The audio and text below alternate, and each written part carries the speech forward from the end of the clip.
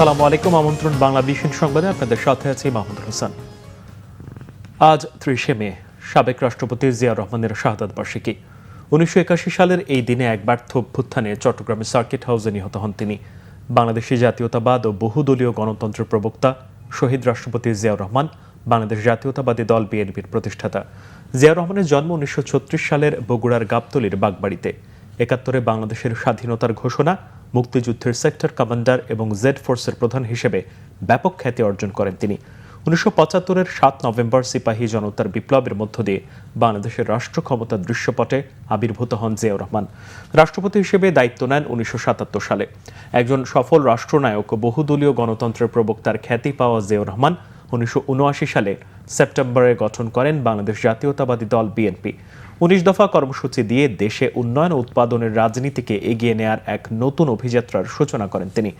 জিয়াউর রহমানের শাহাদাত বার্ষিকীতে নানা কর্মসূচি পালন করছে বিএনপি। ঈদের পর তৃতীয় দিনেও কমলাপুর রেলওয়ে স্টেশনে যাত্রীদের ভিড় চোখে পড়ার মতো। তবে ফেরার চেয়ে ঢাকা ছাড়ার যাত্রী সংখ্যাই বেশি। এবারের ঈদে লম্বা ছুটি থাকায় অনেকেই ঢাকায় ঈদ করে এখন বাড়ি যাচ্ছেন কিংবা বেড়াতে যাচ্ছেন ঢাকার বাইরে। স্বস্তিতে বাড়ি ফিরতে ঈদের পরে ঢাকা ছাড়ছেন তারা। একটু স্বস্তির যাত্রার জন্য অনেকেই ঈদের পরে যাওয়াকে প্রাধান্য দিয়েছেন। আবার অনেকে জীবিকার তাগিদে ঈদের আগে যেতে না পারায় এখন বাড়ি যাচ্ছেন স্বজনদের সাথে সময় কাটাতে। এছাড়া ছুটি শেষ হওয়ার আগে ভাগেই ট্রেনে ঢাকায় ফিরছেন কেউ কেউ। তবে ফিরে আসা যাত্রীর সংখ্যা খুবই কম।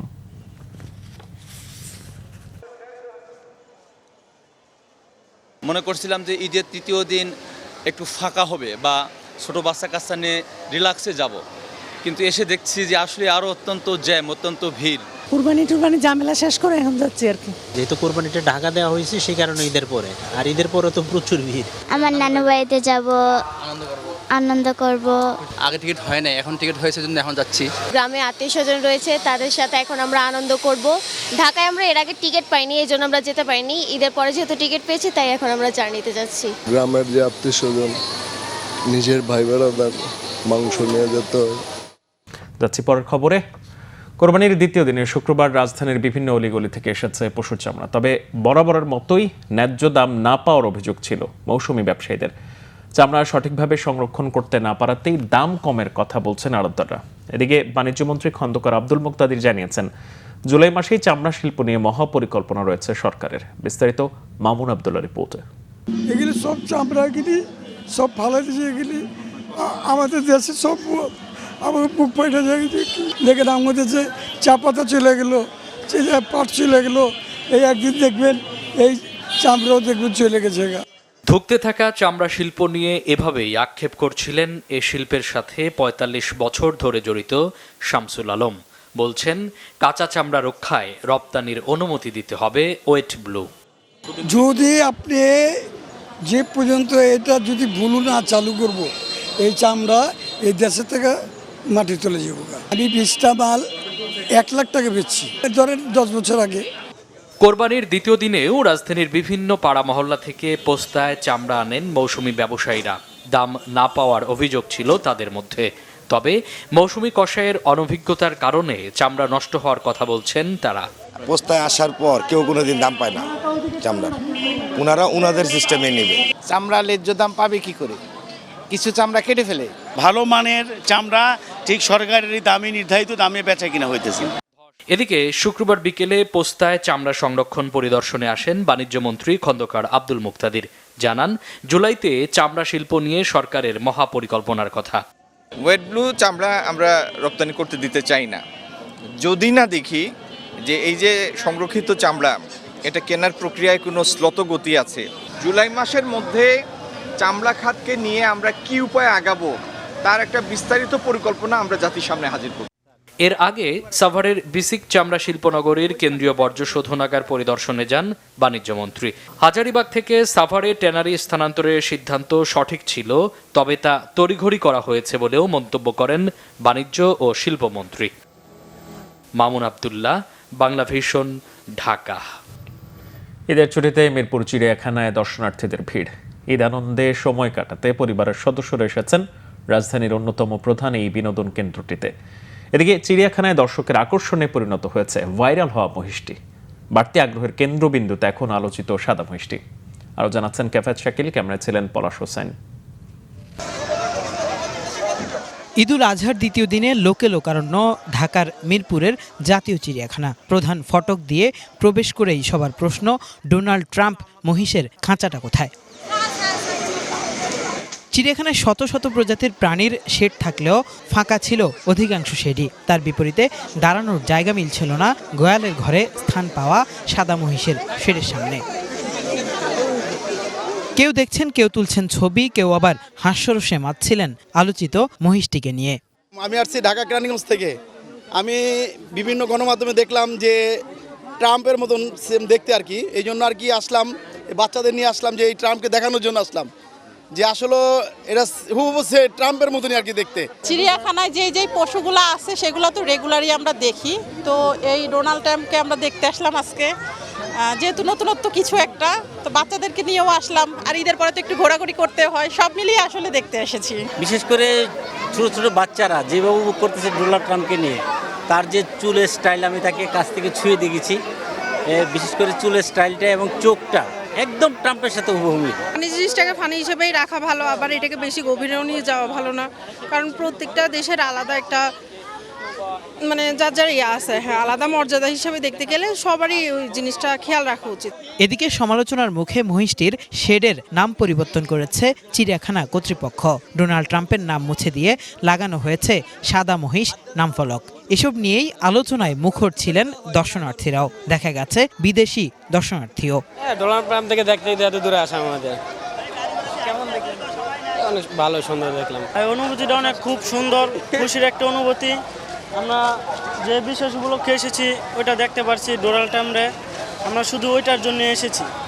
সবাই ডোনাল্ড ট্রাম্পে দেখার জন্য আছে, তাই আমিও এসেছি। ডোনাল্ড ট্রাম্পের তো সরাসরি দেখতে পারবো না, তাই গরুর মাধ্যমে দেখলাম আর ডোনাল্ড ট্রাম্প, যাই খুব সুন্দর হয়েছে। হ্যাঁ, আমরা ডোনাল্ড ট্রাম্প দেখছি। ডোনাল্ড ট্রাম্পের যে মানে অবয়বের সাথে যেটা হচ্ছে গিয়ে একটা এখানে যে বাফেলো রাখা আছে, সেটা তো আসলে এখানে অনেক মানুষের ভিড়, তো দূর থেকে দেখলাম।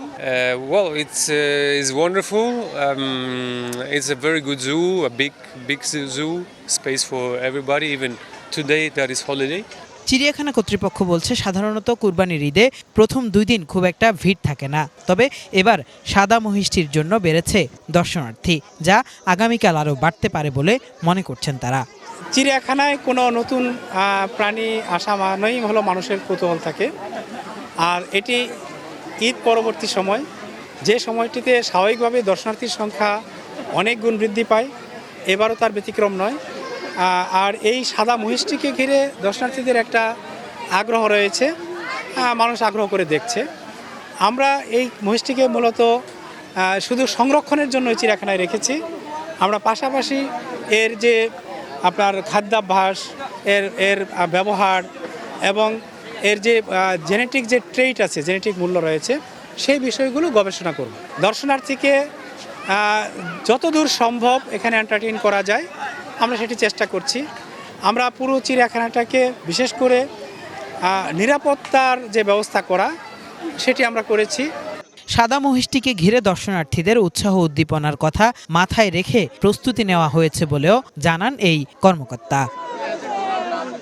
ঈদুল আজহার দ্বিতীয় দিন রাজধানীর জাতীয় চিড়িয়াখানার অধিকাংশ শেডের সামনেই দর্শনার্থীর তেমন উপস্থিতি দেখা যায়নি, তবে ডোনাল্ড ট্রাম্প নামের যেই মহিষটি রয়েছে, তার যে শেডটি রয়েছে সেটির সামনে এমন ভিড় দেখা যাচ্ছে এবং প্রত্যেকেই বলছেন শুধু এই মহিষটি দেখার জন্যই আজ জাতীয় চিড়িয়াখানায় এসেছেন তারা। কেফায়েত শাকিল, বাংলা ভিশন, ঢাকা।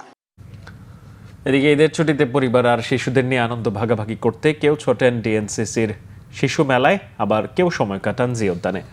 রাইড, খোলা প্রকৃতি আর উৎসবের আমেজে জমে উঠেছে রাজধানীর বিনোদন স্পটগুলো। বিস্তারিত জানাচ্ছেন আসমা আক্তার নূপুর, ক্যামেরায় ছিলেন পলাশ তালুকদার। ঈদের ছুটিতে পরিবার নিয়ে একটু আনন্দ আর স্বস্তির খোঁজে নগরবাসীর অন্যতম গন্তব্য হয়ে উঠেছে ডিএনসিসির শিশু মেলা। ঈদের দ্বিতীয় দিনে বিকেল হতেই ডিএনসিসির এই পার্কে ভিড় করেছেন নানা বয়সী মানুষ, তবে সবচেয়ে বেশি উচ্ছ্বাস শিশুদের মধ্যেই। রঙিন আলো, শিশুদের হাসি আর উৎসবের আমেজে যেন এক টুকরো আনন্দনগরী হয়ে উঠেছে শিশু মেলা। নাগরদোলা, ঘোড়া, train ride, water board, break dance সহ নানা রাইডে চলছে শিশু কিশোরদের উচ্ছ্বাস। ভালো লাগছে। জয়তে চলছি ভালো লাগছে কেন কোনো তো এখনো চড়েই নাই ঘোড়ায় উঠবো নাইতে ঘুরতে আসছি আমরা রাইডে চড়ছি কালকে দিয়াদনে ঘুরতে গিয়েছিলাম, আবার আজকে হচ্ছে শিশু পার্কে আসতে অনেক মজা লাগতেছে আমার কাছে। ছুটির এই সময়টাতে সন্তানদের একটু আনন্দ দিতে পরিবার নিয়ে ঘুরতে এসেছেন অনেক অভিভাবকও। কেউ ছবি তুলছেন, কেউ আবার শিশুদের সঙ্গে রাইডে চড়েই কাটাচ্ছেন সময়। ঈদ উপলক্ষে আসা, কারণ সবসময় তো এরকম ছুটি এরকম টাইম মিলানো যায় না। বাচ্চা কাচ্চা নিয়ে রিক্সায় ঘুরতে আসলাম, সাথে এখানেও আসলাম, এই প্রথম আসলাম এখানে। 3 বাচ্চাকে বোনকে নিয়ে আসছি, আবার আজকে আমার জন্মদিন, ওদের নিয়ে আমি সেলিব্রেট করছি। কলেজ থাকে, ছুটি হয় না, অনেক দিন পর ছুটি, এর জন্য অনেক ভালো লাগতেছে সবার সাথে। আবার আমার ভাগ্নেদের সাথে দেখা হয় না সব সময়। এই পার্কটাতে বাচ্চারা মোটামুটি ভালোভাবে উঠতে পারে, তবে একটু র্যাশ আছে ঈদের জন্য আর কি। ঈদের সময় তো বাচ্চাদের নিয়ে বেড়াতে খুব ভালো লাগে, আর ওরা তো এনজয় করে এই জিনিসটা, কারণ আমরা তো মানে ঈদ ছাড়া তো আসলে বাচ্চাদের নিয়ে তেমন বের হওয়া হয় না। ঈদের সময় এটাই ঘুরতে আসা হয়, তো ভালো লাগতেছে, পরিবেশটা খুব শান্ত আর পরিবেশটাও ভালো আছে আজকের ওয়েদারটা। শুধু শিশু মেলাই নয়, ঈদের ছুটিতে নগরবাসীর অন্যতম গন্তব্য হয়ে উঠেছে জিয়া উদ্যানও। সবুজের মাঝে খোলা পরিবেশে পরিবার নিয়ে সময় কাটাতে সেখানে ভিড় করেছেন নানা বয়সী মানুষ। কেউ বন্ধুদের সঙ্গে আড্ডায়, কেউ পরিবারের সঙ্গে ছবি তুলতে, আবার কেউ হাঁটাহাঁটি করেই উপভোগ করছেন ছুটির দিন। আসমা আক্তার নূপুর, বাংলা ভিশন, ঢাকা। জাতীয় নিরাপত্তা পরিষদের সাথে বৈঠকের পরেও ইরানের সাথে একটি সমঝোতা স্মারকে চূড়ান্ত অনুমোদন দেননি মার্কিন প্রেসিডেন্ট ডোনাল্ড ট্রাম্প।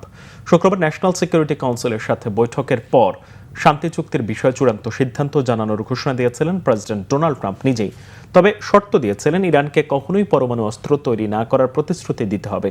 পাশাপাশি হরমুজ প্রণালীতে কোনো ধরনের টোল ছাড়া উভয় দিক থেকে অবাধ জাহাজ চলাচল নিশ্চিত করতে হবে। অঞ্চলটিতে যদি কোনো মাইন থেকে থাকে তাহলে সেগুলো দ্রুত সরিয়ে ফেলতে হবে। তবে ট্রাম্পের উল্লিখিত শর্তগুলোর কোনোটি বর্তমান আলোচনার তালিকায় নেই বলে দাবি করেছে ইরান। আর ওয়াশিংটনের কোনো কথার উপর ভিত্তি করে কোনো চুক্তি হবে না বলেও স্পষ্ট করেছেন ইরানের পার্লামেন্টের স্পিকার মোহাম্মদ বাঘের গালিবাফ। এই ছিল এখনকার মতো। পরের সংবাদ বেলা 12টায় দেখার আমন্ত্রণ রইল। ধন্যবাদ সবাইকে।